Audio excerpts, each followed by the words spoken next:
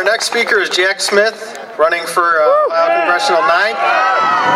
Jack will join us on stage.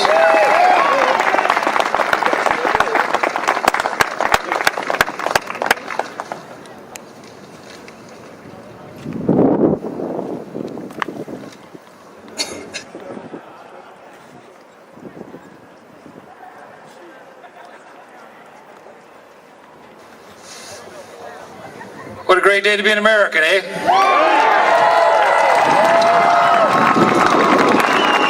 I'm a bit of a late add-on to speaking today. I just got the invitation yesterday. For those of you who don't know me, give you just a little bit of background, then I'll get into the words I have to say.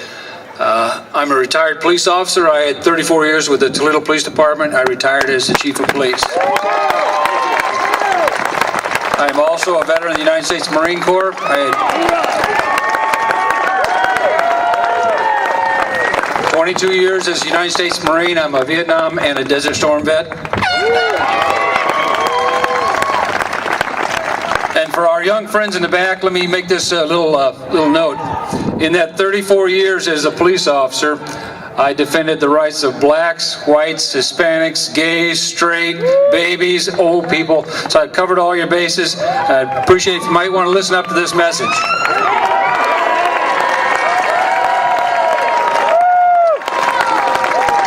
I had the honor on tax day to speak to a 9/12 group over in Norwalk, Ohio.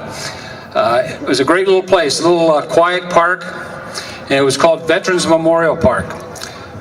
Off to my left from the stage, they had developed a little monument area for all the folks that have died in all the wars that we have fought.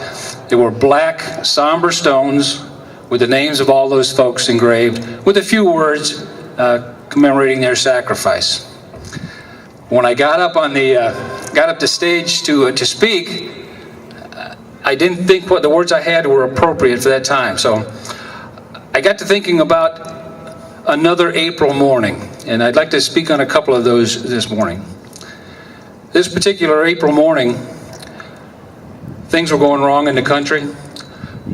The crowds were starting the folks were starting to get together, and they were talking about the issues we're talking about now: oppressive government, too much tax, no representation. Well,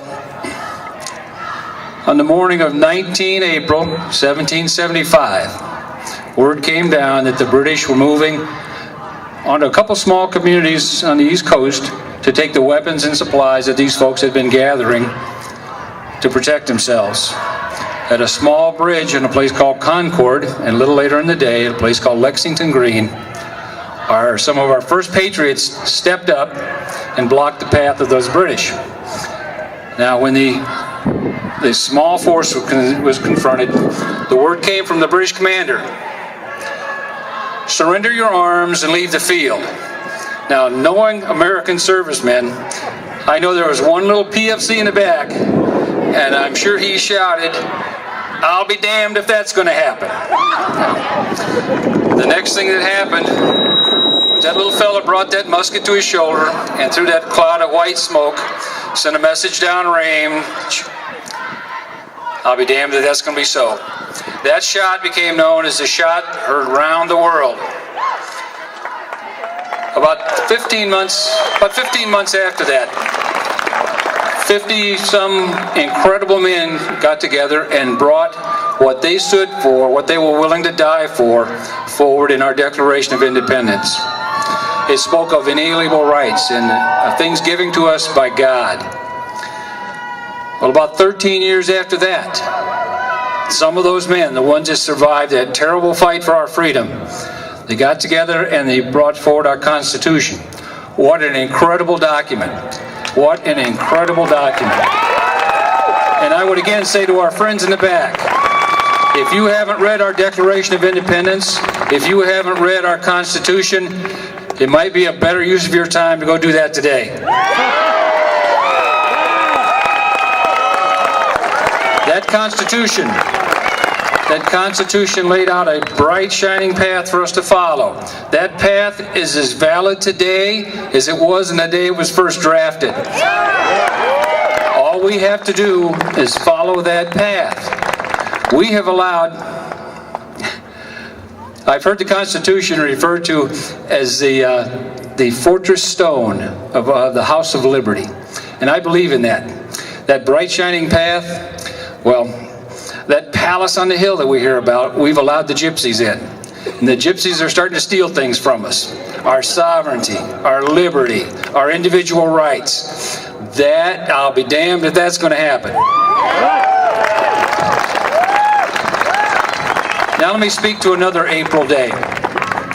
Let me speak to another April day. And it was 1 year ago on the 15th when the first organized tea parties took place across this country.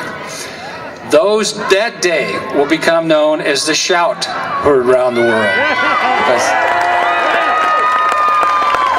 that loud, angry voice that we brought forward that day, it's still being heard. And I'm telling you, it's making a lot of people in Washington that happen to have a D behind their name concerned about what they're going to be doing for a job after about November 3rd next year. But let me make this perfectly clear. This is not about Republican, it's not about Democrat. This is about conservatism, this is about democracy, this is about protecting what we own. What has been paid for by men who died under that flag.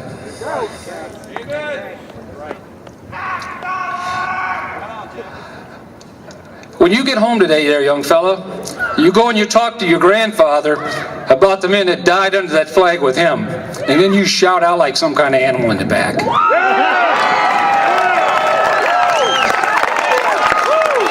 When I decided to run, I'm a candidate for the 9th Congressional District. When I decided to run, I was not going to run as some smooth talker. You were going to get me warts and all. And I apologize for the rough edges up front.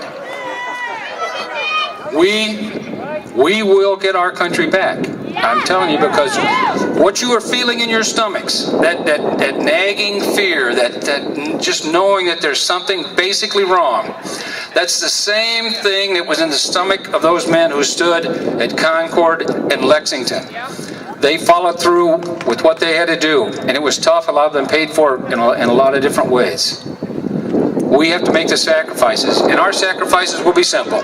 All we have to do is go out on May the 4th, pick the best possible candidates, and on November 2nd, follow through and bring those conservative values back to Washington.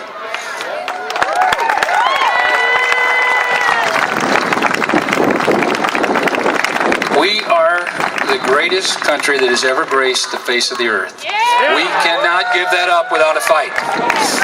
And I know in my heart, that we rest under the wings of the guardian angel of liberty. And we always will, as long as we stay true to that Constitution. And I'll leave you with this thought. May God continue to bless the United States of America.